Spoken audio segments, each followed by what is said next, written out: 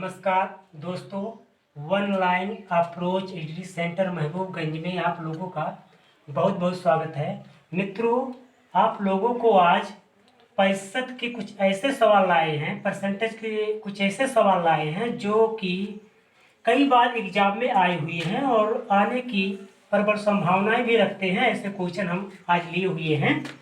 दोस्तों, चलिए क्वेश्चन को शुरू करते हैं। क्वेश्चन पहला है, चीनी के मूल्य में 10% कमी होने पर कोई गृहिणी 1116 रुपये में 6.2 किलोग्राम चीनी अधिक खरीद सकती है। तो चीनी का घटा हुआ मूल्य प्रति किलोग्राम कितना है? ये क्वेश्चन है दोस्तों। इस क्वेश्चन को लगाने के कई तरीके हैं। सबसे पहले हम आपको एक बेसिक बताएंगे, बेसिक के बाद हम आपको ट्रिक बताएंगे। ट्रिक से आप लोग बहुत ही कम समय में सवाल को सॉल्व कर सकते हैं। चलिए दोस्तों, सबसे पहले आप लोग इसका बेसिक समझ लीजिए। आखिर बेसिक इसका क्या है ना, वो समझ लीजिए। दोस्तों, चीनी के मूल्य में 10% कमी होने पर कोई गृहिणी 1116 रुपये में 6.2 किलोग्राम चीनी अधिक खरीद सकती है। चीनी का घटा हुआ मूल्य। दोस्तों, प्रारंभ में चीनी किस भाव से मिल रहा था वो नहीं पता है, केवल ये पता है कि 1116 रुपया दाम था। अब दोस्तों, इसमें करना है क्या है, सबसे पहले केस 1 देख लेते हैं। केस 1 क्या कह रहा है? केस 1 बिल्कुल बेसिक तरीका है दोस्तों। इसके बाद केस 2, ये दोनों तरीके से सबसे हम देखेंगे दोस्तों।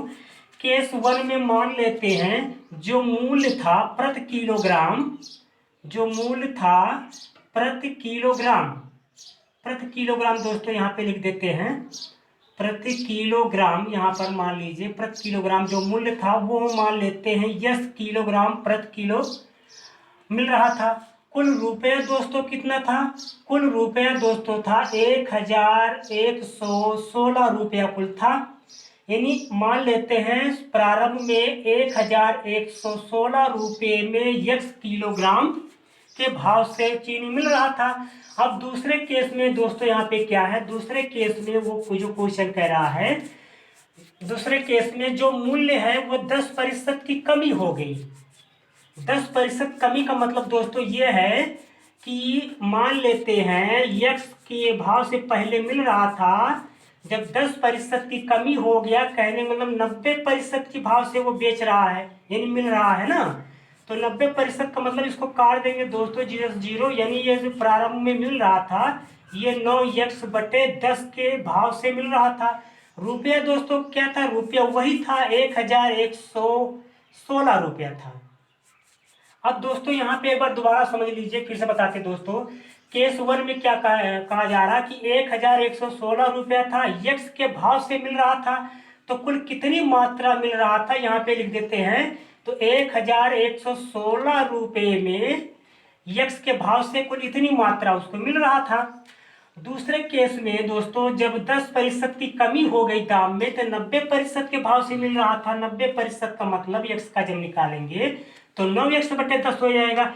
इसमें कितनी मात्रा मिलेगा दोस्तों? इसमें जो मात्रा मिलेगा ये 9x है, ऊपर 10 से मल्टीप्लाई हो जाएगा। यानी दूसरे केस में यहाँ पर दोस्तों 1116, तो यहाँ पे 10 से गुणा कर देंगे 0 बढ़ जाएगा, यानी इतना मिल रहा था मात्रा। पहले में मात्रा 1116/x मिल रहा था, दूसरे केस में 1000 यानी 11160/9x मिल रहा था। ये दोनों का जो अंतर है दोस्तों वो 6.2 किलोग्राम के हैं।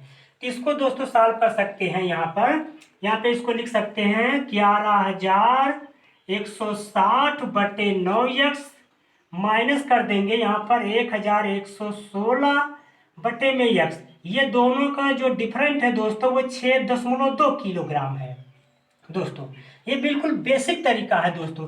अगर हम इसको दोस्तों सॉल्व कर दें तो आसानी से हमें आंसर मिल जाएगा। चलिए दोस्तों इसको हम सॉल्व कर देते हैं। 9 से इसको काट देते हैं, 9 1 कम 9, 2 बचेगा 21, 9 दूना 18, 3 9 चौक 36। अभी दोस्तों कट गया, यानी यहाँ पे लगा देते हैं दोस्तों, ये हो गया यहाँ पर 1240x माइनस 1116/x बराबर 6.2। ये तो दोस्तों अब यहाँ पे x का मान में मिल जाएगा दोस्तों। x दोनों में कॉमन ले लेंगे, x हो गया। यहाँ पे लिख देते हैं यहाँ पर दोस्तों x हो गया। अब जब ये दोनों को घटाएंगे दोस्तों कितना आएगा, तो यहाँ पे 10 में से हम यहाँ पे घटा देंगे 4 आ जाएगा दोस्तों। और यहाँ पे 3 में से जब 1 निकालेंगे 2 आ जाएगा दोस्तों। यहाँ पे अब हम 12 में से 11 निकाल लेंगे 1, यानी 1 बराबर ये हो जाएगा 6.2। दोस्तों दशमलव को हम खत्म कर देंगे तो यहाँ बटे में हम 10 लिख सकते हैं, ये हो गया दोस्तों। अब दोस्तों हमें तिरछा जब गुणा कर देंगे तो ये हो जाएगा ये 62x बराबर ये हो जाएगा 12 और 40 हो जाएगा दोस्तों। जैसे गुणा कर देंगे x बराबर दोस्तों 12 बटे में ये 62 हो जाएगा, यानी यहाँ हम काट देंगे तो x बराबर दोस्तों जो आ जाएगा वो 20 के हो जाएगा। अब दोस्तों ये 20 आया क्या है, अगर कहता है प्रारंभिक मूल्य या वास्तविक मूल्य तो ये हो जाएगा 20। अगर दोस्तों कहता है कि अब का मूल्य बताइए, घटा हुआ मूल्य बताइए, तो घटा हुआ मूल्य यहाँ पे हम मान रख देंगे।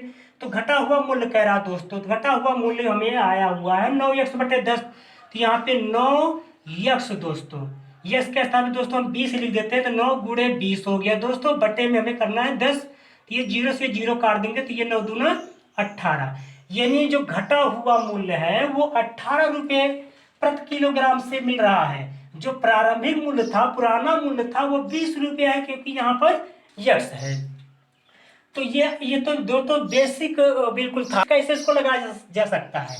ट्रिक दोस्तों कैसे आप उसको लगाएंगे, नया तरीका आप लोग देख लीजिए, उस नए तरीके से आप लगाते हैं तो बहुत आसानी से लगा सकते हो दोस्तों। अब इसमें करना क्या होता है, ये 10% है ना, 10% की कमी है दोस्तों। हम यहाँ पे पुराना लिख देते हैं और एक जगह दोस्तों हम यहाँ नया लिख देते हैं। ये दोस्तों करना क्या है, यहाँ पर दोस्तों हम मूल्य लिख देते हैं, यहाँ पर हम मात्रा। दोस्तों इतना कुछ आपको ट्रिक में करना पड़ेगा, इसके बाद ये सवाल बहुत ही आसान हो जाएगा। 10% की कमी हो गया दोस्तों, 10% मतलब 10 बटे 100 लिख देते हैं दोस्तों। इसको काट देंगे तो आएगा 1 बटे 10। तो कहने मतलब पहले पुराना जो भाव था, मूल्य था, वो 10, 1 की कमी हो गया दोस्तों। ये कमी बता रहा है, अगर कमी होता है तो ऊपर वाला घटा देंगे, अगर वृद्धि होगा तो ऊपर वाला हमें जोड़ना पड़ेगा। तो पहले मूल्य था 10, अब 1 की कमी हो गया 9 दोस्तों। अब इसमें होता क्या है, जो मूल्य है वो मात्रा का उल्टा होता है। तो मूल्य का अनुपात हो गया दोस्तों 10:9, तो मात्रा का अनुपात हो जाएगा 9:10। अब दोस्तों इतना इसमें आपको ट्रिक पे करना पड़ेगा। ये तो पुराना भाव था, ये नया भाव, मात्रा पहले 9 मिल रहा था, अब 10। तो देखेंगे दोस्तों इसमें मात्रा में कितनी अधिक हो रही है, तो 1 की अधिकता हो रहा है दोस्तों। 1 बराबर उसमें कितना अधिक दिया है प्रश्न में, 6.2, तो 6.2, 1 बराबर 6.2 दोस्तों। अगर हम इस 6.2 से ये दोनों में गुणा कर दे तो हमें पता चल जाएगा कितना कितना मिल रहा था, कितना मात्रा। तो जो इसमें गुणा करेंगे दोस्तों, इसमें हम 6.2 से जब गुणा करेंगे तो ये 62 हो जाएगा। इससे इसमें गुणा कर देंगे 9 दूना 18 के 8 दोस्तों, हासिल बचा 1, 9 छक 54, 1 55, 55.8 दोस्तों। हमें हमारे पास कुल रुपया कितना है, रुपया है 1116 रुपया है। अब दोस्तों अगर कहता है नया भाव, तो नया मात्रा कितना मिल रहा था, 62 किलो। तो 1116 रुपये में 62 के भाव से कितना मिलेगा वो पता चल जाएगा। अगर पुराना कहता है वो या वास्तविक कहता है तो इससे भाग करना पड़ता है दोस्तों। इसमें कहा हुआ है दोस्तों चीनी का घटा हुआ मूल्य, घटा हुआ मूल्य मतलब ये वाला मूल्य कह रहा है दोस्तों। अभी इसका मूल्य प्रारंभ में जो अभी वर्तमान मूल्य वो कह रहा है, तो 62 से हमें भाग करना पड़ेगा।